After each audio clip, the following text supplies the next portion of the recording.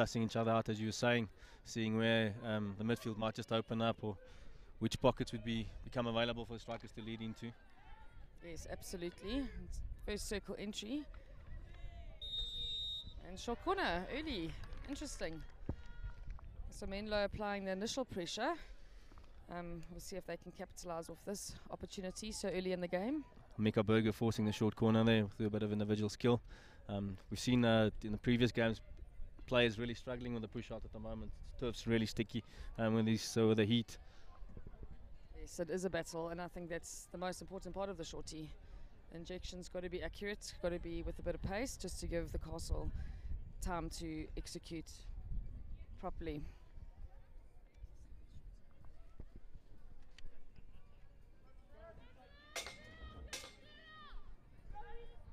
Keeper making a presence known here.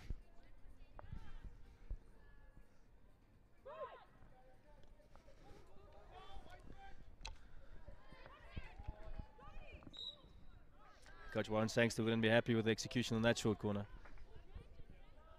You need to make those opportunities count, and especially in the final game of a long, hard tournament, you want those to go in your favour. Brady Wiseman trying to find a play, which he does. Now St Anne's trying the right-hand channel, but getting closed down. This Menlopark side look intent on playing on the counter-attack at the moment. Good ball to the half forward. I think that's been St Anne's strength this tournament. They've kept a great shot, a goal. Just needed to be on target, I suppose, or perhaps the person on the post just guided in.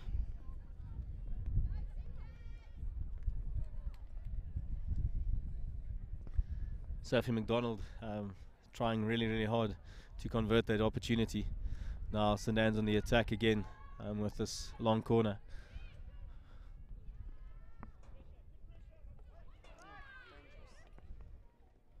A good recovery there in the midfield. I think trying to create a bit of width.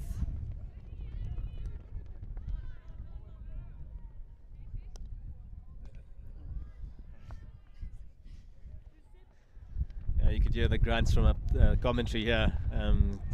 What normally happens when players go for the Hail Mary and just don't value possession. Again, the ball just straight across the field now. St Anne's on the attack. This might cost Menlopark.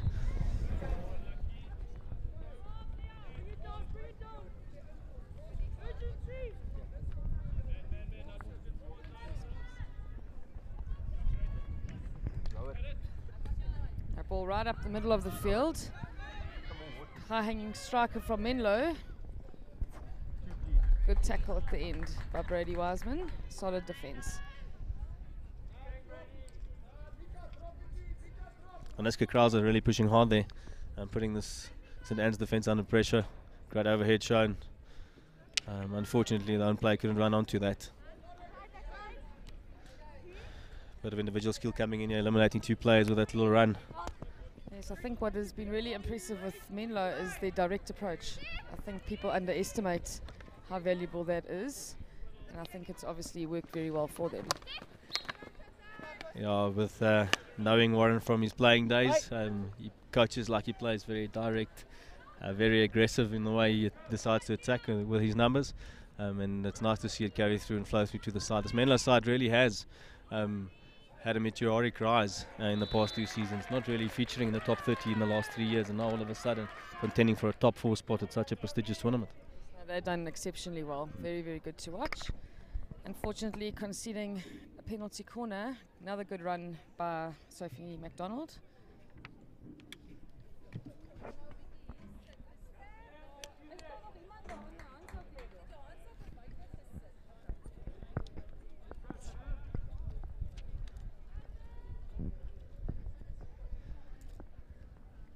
We're going to back a drag flick on this one. Nice having a seasoned pro in the commentary with me, being able to spot all of these early on.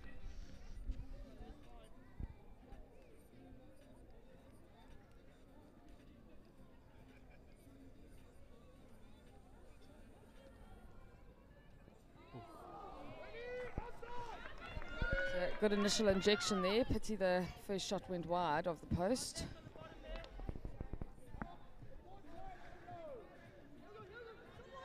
Managing to find some space on that little attack. Menlopark has very good hands shown. Now, connecting pass will be vital here. St. Anne's doing well just to force them out again, defending their heart at the moment, keeping them out the middle. I think that initial run was so effective because it drew in several defenders into the midfield, so the option wide and deep was on, just wasn't executed in time. I think the legs are starting to play a role now. Players are really, really tired, and reverse pressing has become a massive effort for both sides involved.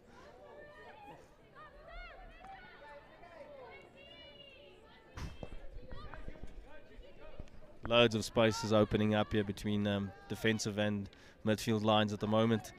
And the St. Anne's just capitalising on that at the moment. This Menlopark side has to pick them up and themselves up and get back into this, get some structure going again before this becomes a little too loose and it becomes a bit of a circus after that.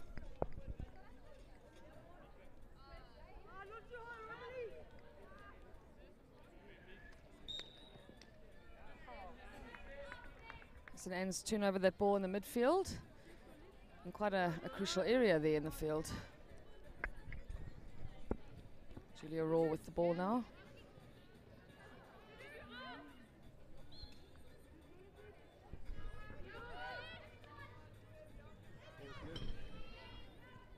Good appreciation of width there by Julia Raw, identifying the player on the outside and drawing the defensive unit out to the sides of the D, creating space in the middle and forcing the short corner. Very well played by them.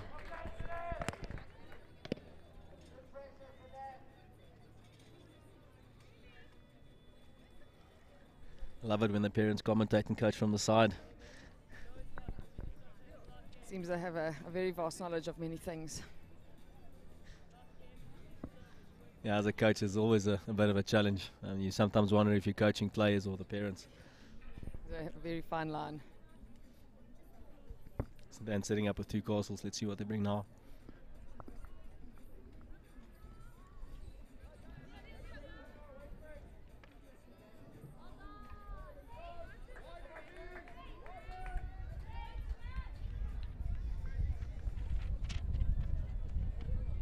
It's so effective to force the penalty corner. They need to start converting now. Make things count, convert possession into points. And going forward is not such a challenge. I think both sets of coaches will be emphasizing that. He has an ideal opportunity. Oh, just a miscue there. By St. Anne's. Looks like Sophie McDonald just missing out on that. Sophie's very effective at hanging high and working towards the ball, and I think many opposition teams have underestimated that. She's someone that definitely needs to be contained.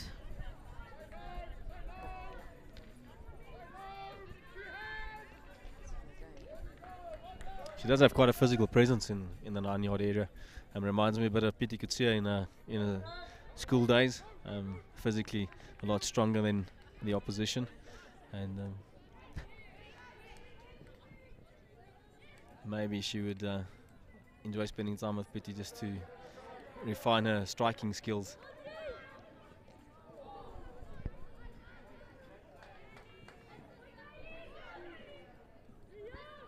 This Menlopark defense under huge amounts of pressure. Great run on the outside, great outlet run there. Unfortunately not for having support players to make that count. I think the counter-attack in this game could be crucial. People battling to get back in time to defend effectively. So if there's an option going forward, perhaps high-hanging strikers will do the trick in a game like this. And my thoughts exactly. You have a hanging striker just leading into the pockets. On the outside channels that make a massive difference. And start opening up the defence towards the middle as well.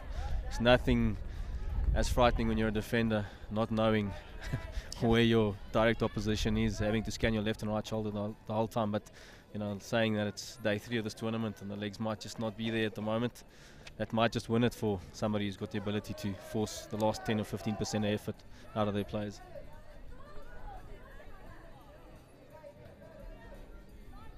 Perhaps this is it.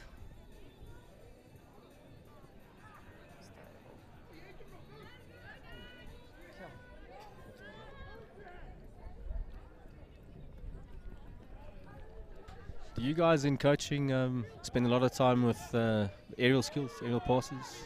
Yes, I think there's far more emphasis on the aerial ball and quicker hands. I know especially with the juniors there's a lot of work and effort being put into that aspect of the game. But having said that, I think nothing beats good solid basics. Circle entry for Menlo. Effective work on the left, good defence by St Anne's again. Clarice Smith also looks to test this St Anne's side, a quality player she is.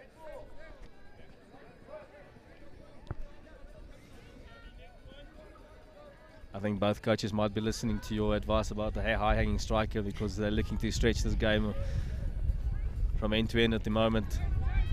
Lots of running already.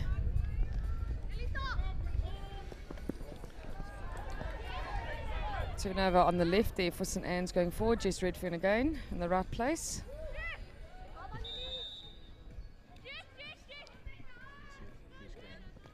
Exactly where she is.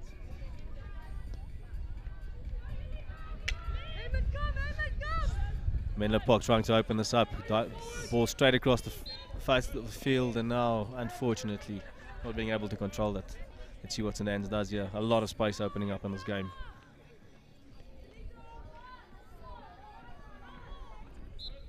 Unfortunately, 2 or 3 players flooding the same channel.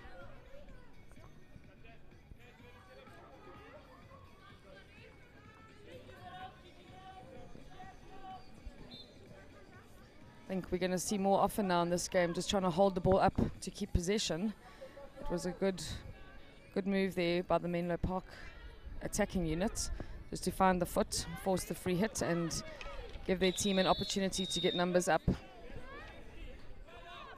And with that, the first quarter of this game, it's probably spent 2 minutes for her efforts on the sideline, maybe 5.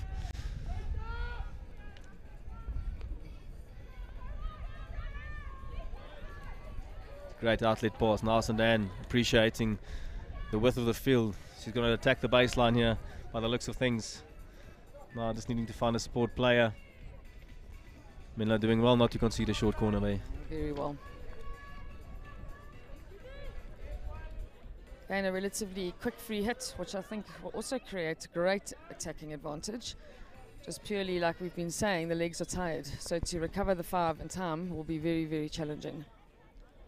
I think in my opinion probably the greatest change to the rules was the soft pass being brought into the game, totally speeding things up, opening another dimension of play and making hockey more attractive to watch. Yes, it just creates such a good intensity, and by using it effectively you eliminate your first line of defence without having to do a whole lot. Good intercept there again by Julia Raw, and I think she's also been instrumental in the defence for St Anne's. She looks a very composed player. Umpire trying to communicate to the players. Lots of question marks on their faces at the moment. Maybe there's some tired ears too at this stage of the tournament. Nothing like a good call to sort that out. What are your thoughts on the officiating during the week? You know, I think we're very hard on the umpires generally, and like I know working with Ros Hull, she's always said it's fine to criticise, but don't forget to compliment. And I think there's so much in that. What I have noticed that I've really appreciated is the communication with the umpires and the players. I think that makes a big difference, keeping things calm and just real, settling the players a bit.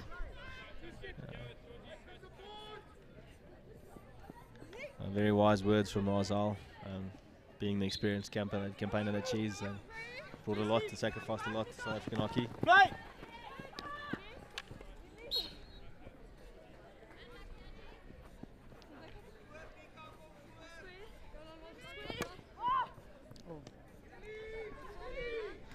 Possession's been thrown away too easily now. Last four and a bit minutes in this game. Let's see if somebody can open the score. Yeah, going to the half 1-0 up will be a massive psychological advantage for either of these teams. In fact, often after the first goal is scored, then the next few are not such a challenge. Nice to see so many corporates involved here today, Taryn, on this tournament. Obviously putting the money where their mouths are and backing the talent and the face of South African hockey in the future? Yeah, very, very promising. I think these players now have a lot to be very grateful for. And I think the hockey can just continue to go from strength to strength. And judging by the calibre at this tournament, there's a lot to look forward to. I think it'll be safe to say in a way that you can easily select a national age group side just for quality on display at this tournament. Oh, absolutely, without a doubt. I think most of these players have provincial experience, and many of them recently just been selected for the SS Schools teams. So, yeah, lots up for grabs at this stage. Umpire seeing a foot there now. Menlopark looking to make this count. A little aerial ball, yeah. I think those would be more effective into the corners. There seems to be a lot of space there for forward running onto the ball. So perhaps someone will identify that. Creates a better opportunity going forward.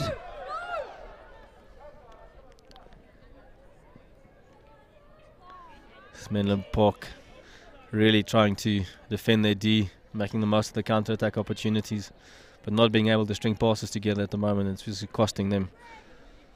Yes, it's such a big work rate there at the back. You just think they deserve a bit more coming out. I think that the dynamics of the side is when you all clearly see that on display when defenders start frowning upon midfielders and strikers are not finding each other after they've defended their hearts out. Yes, and especially at this stage of the tournament.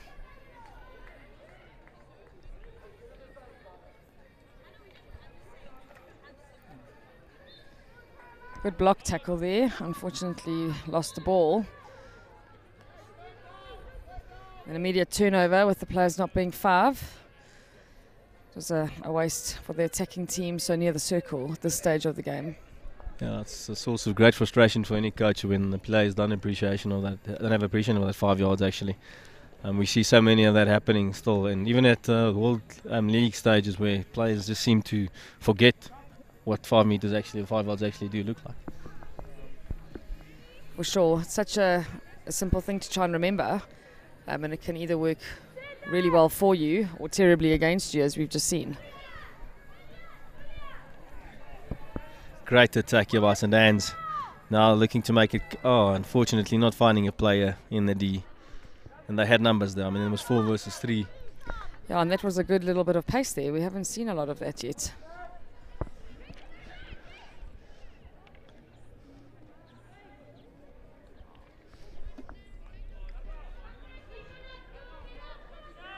You can see the bright face fires going in Bloemfontein.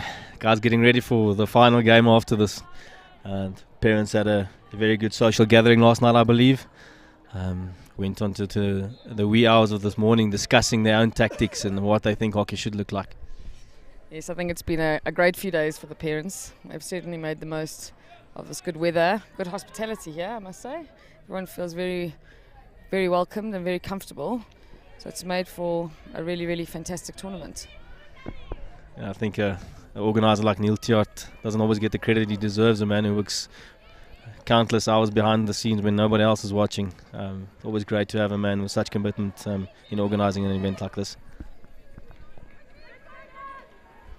Another free hit just outside the circle as the half is about to end. And there we have it. No score in the first half. St. Anne's and Menlopark really involved in a bit of a battle at the moment. And I think both coaches would maybe reassess their tactics now come half time. I think appreciation of possession would be a massive message to them. And then obviously finding maybe shorter passes and just creating a bit of tempo and rhythm with that. Yes, I think the ball doing the work will be crucial in the second half. Troughing at the back and switching as often as possible, getting those opposition forwards and midfielders having to work even harder will certainly create gaps. And perhaps we can find something deep into the corner going forward if the strikers continue to hang high, and that will again create more dangerous opportunities for the attacking team. It's amazing to see how the intensity of girls hockey is upped over the last 3 or 4 seasons. And you always used to be, at about 50 or 40% of what boys hockey is. And it was basically due to the conditioning of boys and their physicality. But we've seen girls turn into athletes the last 3 or 4 years, and they've really upped the intensity. And it's been evident in this tournament. I mean, day 1 and day 2, it was end-to-end hockey with nice physical contact and players not shying away from that. And it's been a testament, I think, to also the level of coaching within schoolgirls hockey over the last 3 or 4 seasons. Quality coaches being brought into the system, focusing on pre-season conditioning, maintaining that throughout the year, and always and also the guys looking at things like nutrition and hydration has become a science and appreciated by most of the top schools involved. Yes, I think the technical aspects have really, there's been a massive change there. I mean, we're looking at goalkeeping coaches, defensive coaches, attacking coaches. So the one-on-one time with the players has certainly increased. And I think what's also made a very big difference is the amount of tournaments and festivals that there are. So you're not just stuck playing teams in your same province all the time, but you're actually now playing nationally, effectively. You're playing against other provinces all the time. So we look at St Mary's Festival in Waverley at the start of the year, and that's a rough start, actually. Tough couple of days to play, I think 11, 12 matches in about 4 days against top opposition. And then if you look at ending your season at a tournament like this, I mean, it's just fantastic, the level of hockey they play against different opposition all the time. You're always testing yourself against different styles, different structures, and like you mentioned, different coaching techniques. I think that has really brought a big dimension to the game, and people are choosing to now be involved in schoolgirl hockey, whereas before maybe not such a priority. But now we've got passionate, hard-working people who are prepared to spend the time developing the players, and I think as a result the players are so much more interested and committed, and we can see, looking at the standard of hockey. I know, true. You almost there's this expectancy that's been created through the last 2 or 3 years, and it bodes well for the future. You wonder where you're going to go the next season, and the fact that coaches have started to share information has made it a lot better. Yes. And once you've shared your information, you obviously have to find something else that's going to work for you next year. And I think the mentality of coaching in this country has changed a lot over the last 3 years, and it's all it bodes well for South African hockey in the future. If we can get that corporate backing that we really desperately need to get these ladies as professional players, get them together as a unit and keep them as a unit, I think we will look at possibly a top 5 in the not too distant future coming to world rankings. Yes, I think you've hit the nail on the head there. I think hockey's become the priority now. It's not about individual teams anymore or coaches doing it for themselves. The effort's been put into developing the game, and I think that also creates a bigger appreciation for everything. And I think, yes, the more backing we can get, the better. If we could start looking towards a professional squad at some point, we definitely have the talent going forward. And if there was adequate recovery time, training time, specialist skills training time, well, then there's no reason why we can't be ranked amongst the best. It's also amazing to note the effect social media has had on coaching internationally. It's become such a small and tight-knit community where we can exchange videos, and we can chat about our thoughts of the game in real time with each other. It doesn't matter where you are in the world. And I think that's also contributed a lot, and the fact that we as South African hockey has bought into that it puts us on a different platform. And now if we can just, like you said, get that squad together and keep them together throughout the year, then like I said, we should look to get into that top 5 in the world. Yeah, we're definitely positive. And start of the second half now, so we'll see if there's been any tactical or structural changes from either team and what it will bring to their game.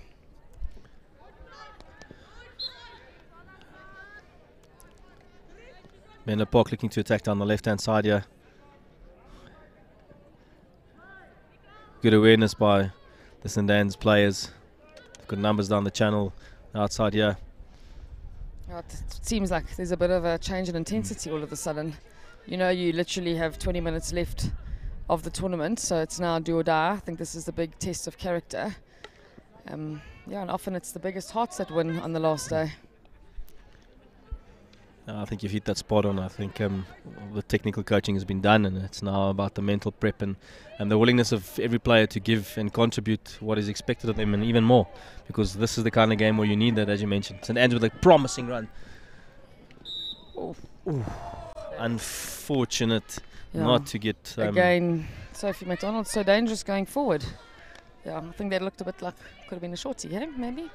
Yeah, definitely. I think the umpire just missed the trick there, but like we say, you know, we've got a compliment and just as easily. Sophie McDonald looks a real threat. Oh, she is. She's very good. Very good eye. There we go. Okay, so get the shorty she deserved eventually. So let's see if they're going to mix it up. I know they have been relying on Brady's drag flick, and rightly so, but perhaps it's time for a variation now. Yeah, well done by the umpire calling the short corner. That's compliment, JD.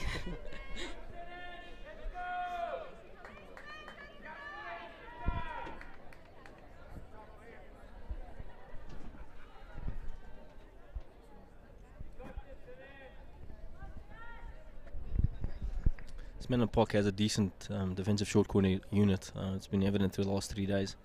Let's see what they can do here, if they can keep the St. Anne's team out. Oh, there we go. There's the variation. Oh, this comes off the post. Yeah, I think that was definitely the right option and very nearly worked for St. Anne's. Good defensive effort, like you mentioned. They're organised at the back, and that always helps. We're going to catch that replay now. That's just coming off the post, and St. Anne's really unfortunate not to go one up here. St. Anne's on the push, entering the D again. Oh, cleared out by the number 5, Menlopark. Kylie Labuskachny doing well just to clear that ball.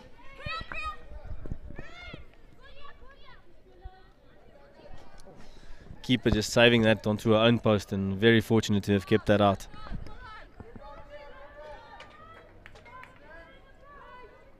So if Simone Castellane was a gambling goal, tonight would be a very, very good night. Yes. Oh, it's a great ball. That just did very well to relieve the pressure. Give Melo an opportunity to gain a bit of ground and time to set up a good defensive structure, and hopefully for them turn over the ball higher in the field. Ball in 1/2. Let's transfer that ball early. Numbers. That's right. For days. Menlopark looking to capitalise on their territorial gain here in possession, now moving the ball across the face of the field. Direct entry stopped by this quality St. Anne's defence. Menlopark forced all the way back and having to build again. Yeah, I think it's always frustrating when you work so hard to get up the field and one ball and you're right back to where you started.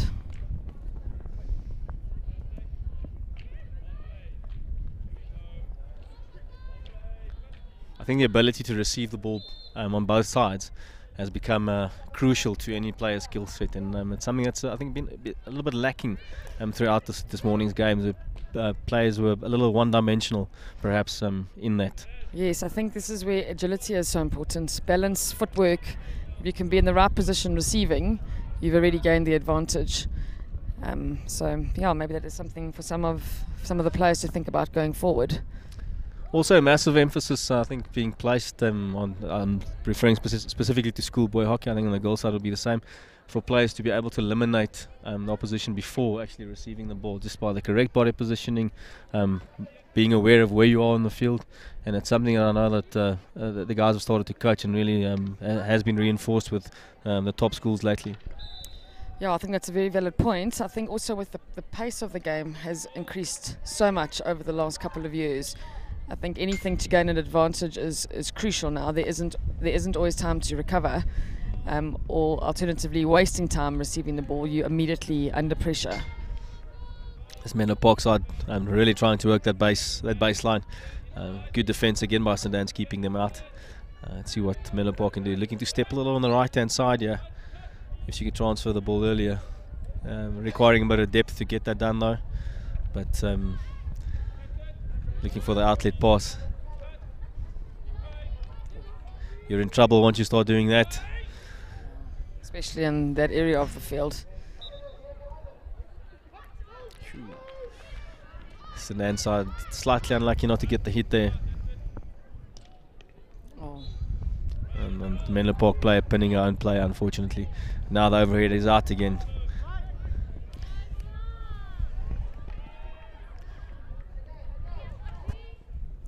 Seems to be a lot of play in the midfield at the moment. Need to create a bit more width. Good pressure by St. Anne's. Have turned over the ball. Umpire calling her back to the line, trying to sneak a yard or two there.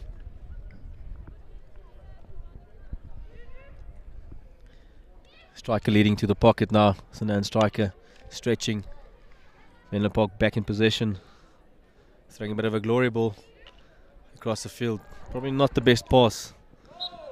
Those can so often lead to counter attacks and goals.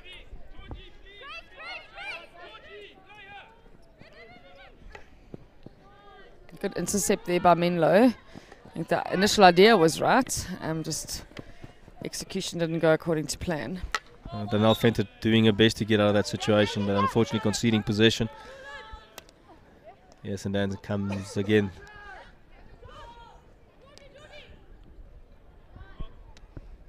Number 17 in Menlopark really going at it now. Cutting across field. Great run. Excellent run. She's still going. Oof. Fantastic run by her. Goal mouth scramble. Very brave defence by St. Anne's. Good recovery by the goalkeeper. And unfortunately concedes a short corner. But sure, that was probably the most promising attacking opportunity we've seen. Very, very well defended. Yeah, Chantal Ferreira going on the scathing run across the field there, eliminating players at will. Just taking a look at the highlights of that. Oh, unfortunate there.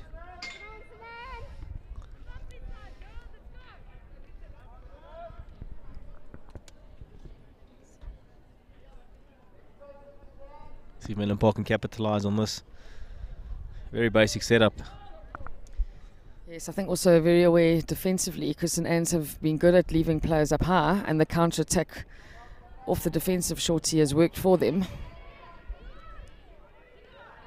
It has been a little bit frustrating today, seeing that players really don't capitalise on the rebound. That's something that I think coaches spend a lot of time on, and it's something that the girls tend to forget at stages. It's about forcing the save and then just playing from there. And I think with the drag flick, because the rebound off that isn't great. The rebound off the kick is obviously far more effective, and so many more of the players are able to flick now. So I think, the rebound is on every time. There should be pressure in the goal mouth. It should be relentless. Injection's good there. Now, little run. Oi! Menlopark scoring through number 15 it is. Clarice Smith putting that away nicely for them. That's very, very good hands there. Very hard to defend. Weren't actually sure what she was going to do next.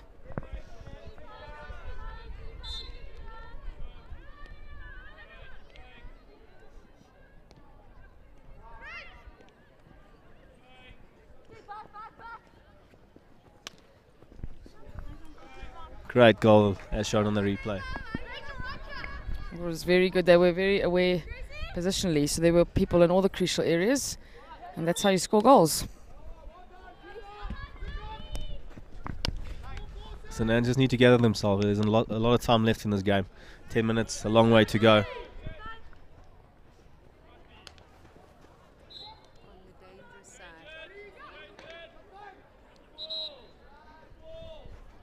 Sometimes wonder if there's more energy expended on the bench.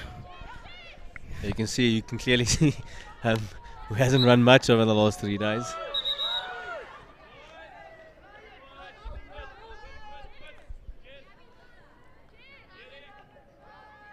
Assistant coach on the Menlopark side, they're getting really animated. Yeah.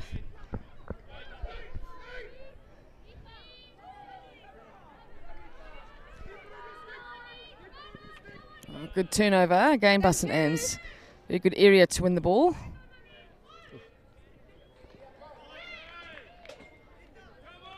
Probably not the area you want to play around with the ball. No, Maybe just clear it and get it away. Under that pressure. Sophie McDonald really putting pressure on her, but doing well to get it out. It's a great set of hands showed here. Well, Menlopark. I think it's Clarice Smith again.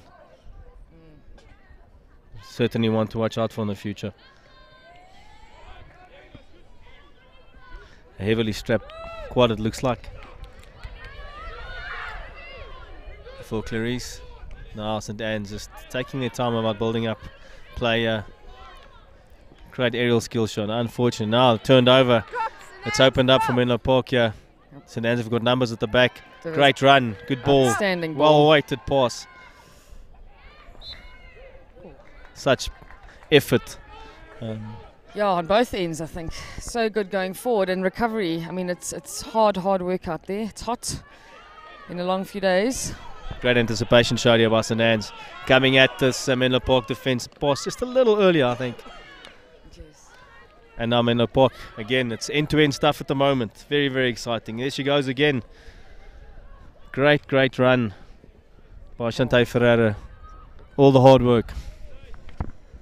Yes, she's looking very, very dangerous at this stage in the game. It's crucial. Another goal will make things very difficult for St Anne's to come back. So if she can continue with this kind of effort, could really work for Menlo.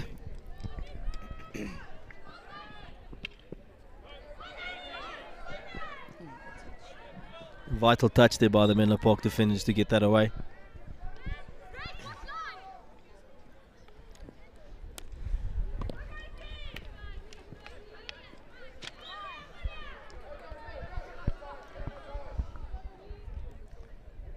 St Anne's asking questions of this Menlopark defence at the moment. It's a bit of a bobble across field, unfortunately just hitting a foot. Menlopark getting away with that. Yeah, you just think they should maybe just slow things down a little bit, gather their composure. They don't need to make mistakes in crucial defensive areas now. Bit more structured approach from the St Anne's side at the moment. It's very, very necessary in getting back on the scoreboard. They are a very driven and motivated team, so they will certainly fight right till the end. So yeah, Menlo will need to regather, refocus and try and make a difference.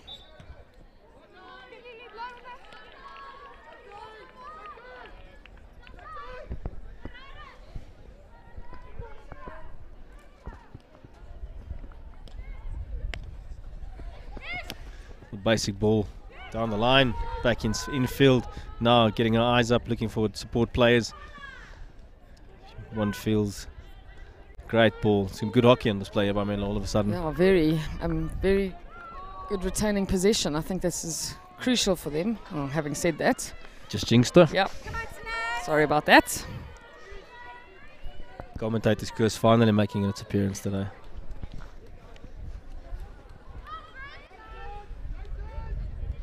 Right.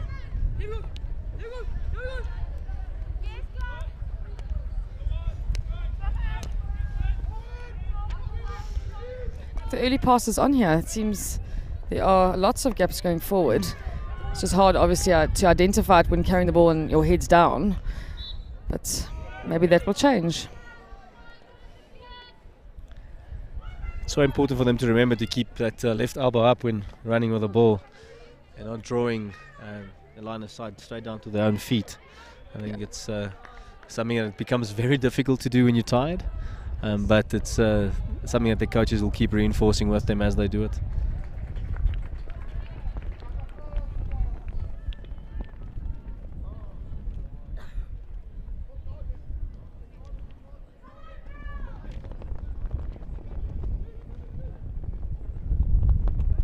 This could be interesting for Menlo. Pressure in the circle again. Also fun in those areas if the attackers could just get their feet around and put pressure on going strong, the turnover might be a bit easier. Yeah, spot on. St Anne's side really pushing hard, yeah.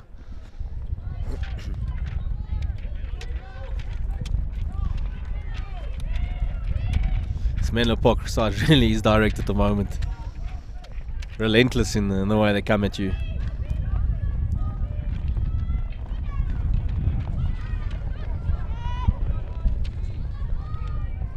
St Anne's forward in their attacking 23-yard area now. Brady forcing the free hit. Slowing it down, looking at our options.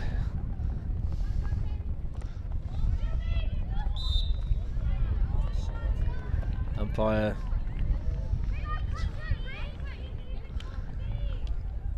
Ooh, dangerous ball played across the face. And now it's on for St Anne's, forcing the keeper into a save. I think Menlopark can feel a little gutted with that call. But let's see. We'll have to show big hearts in defence. Yeah, 4 minutes to go. Very, very nervous.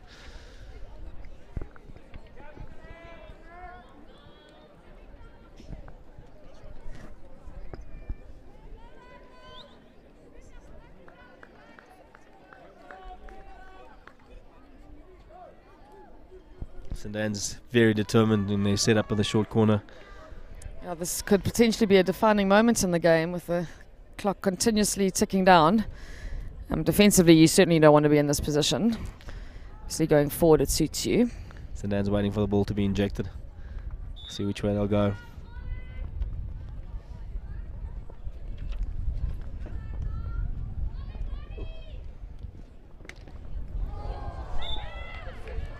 Great variation, well worked.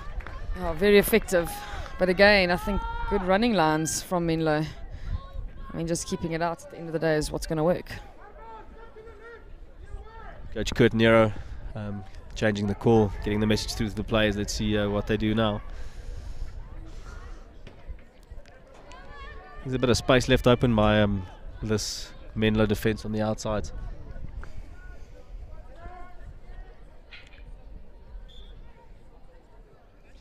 Eight players pushing up for the short corner. Another short corner. It's the foot of the Menlopark player. That's certainly a test of nerves. If you were coaching the side, where would you go with a short corner, Taryn? I think I would definitely get a shot on target. And like we said earlier, make the rebound work. Maybe a little 2v1 down the middles is yes, on, yeah. I think the slip right is often very underutilized, and that is a good shooting position. That is a absolutely fantastic save by the goalkeeper. Never, never easy on the stick side, especially under that kind of pressure.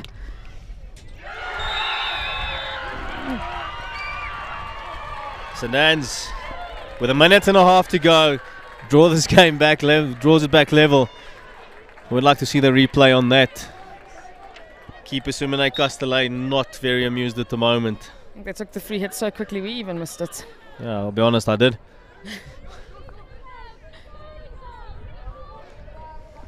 Now Menlo cutting across field again. The energy certainly up for the St Anne side at the moment. They're right up there. Let's look at the goal. Yeah, like you said, hit was taken. Amazing. Again, it just shows how you're going to get your feet around if you're going to defend in a position like that. Striker going forward on their strong stick, very, very hard to defend if you are not in the correct position. You can see the keeper still trying to sort out a defence, and bam, the shot came in on the glove side, unable to keep that out. Menlopark asking questions again, probing, injecting the ball into the D. Now it looks to be on. Yeah, short corner is awarded.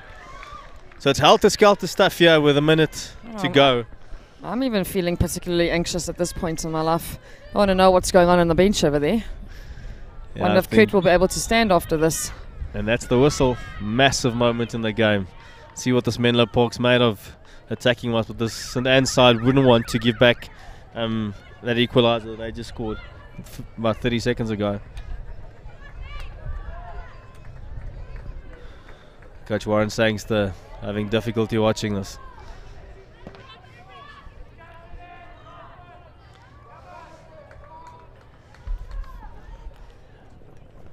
Whole Menlo team pushing up for this. Short corner's only over once it comes out of the dotted line, so play can go on until that happens. So we'll see. Rebound's going to be vital if the keeper's forced to make the save. Yes, a lot of pressure going forward.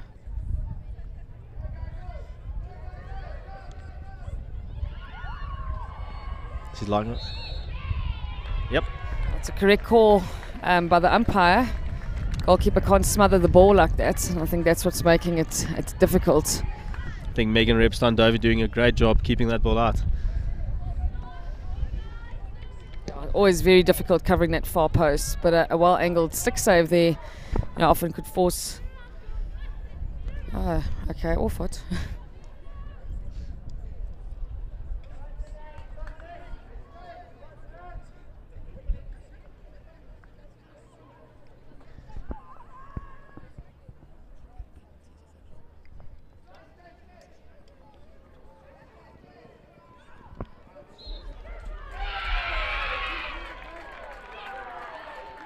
Umpire's called it with the player's foot. And now we're going straight into a shootout. We have to have a result here. This is for 3rd and 4th place. Shootouts incredibly stressful, I think, for everyone. And it's hard for the striker and just as hard for the goalkeeper. So those that can evaluate and pick the correct option obviously be the most effective. Well, it's interesting. It looks like the game's been called. Yeah, certainly looks that way. I sometimes think at the end of a tournament like this, it would be nice to end like this. It's hard, very bitter pill to swallow after such a fight if you do lose in the penalties. Obviously, it's wonderful if you win, but obviously one team can win and the other's got to lose. Perhaps a fair result then, and best way to go home. But this Menlopark side really has impressed the past week. Probably, if we have to talk about a find of the tournament, this would be it. Lots of players gelling together very nicely, with the St Anne's side showing tremendous heart to fight back like that and make sure that they get back on the scoreboard. Yeah, absolutely.